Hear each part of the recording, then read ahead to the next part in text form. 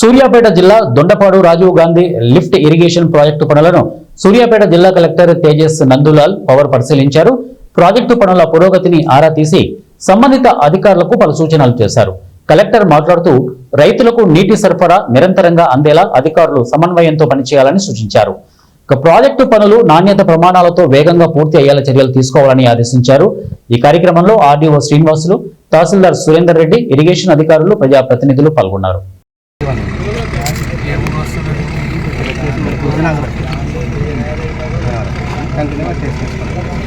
తర్వాత ఇది pipe line అనేది ఇక్కడ వరకు వచ్చేసి మనకి ఏంటంటే ఆల్మోస్ట్ 6 కిలోమీటర్ వరకు మనకి థిక్నెస్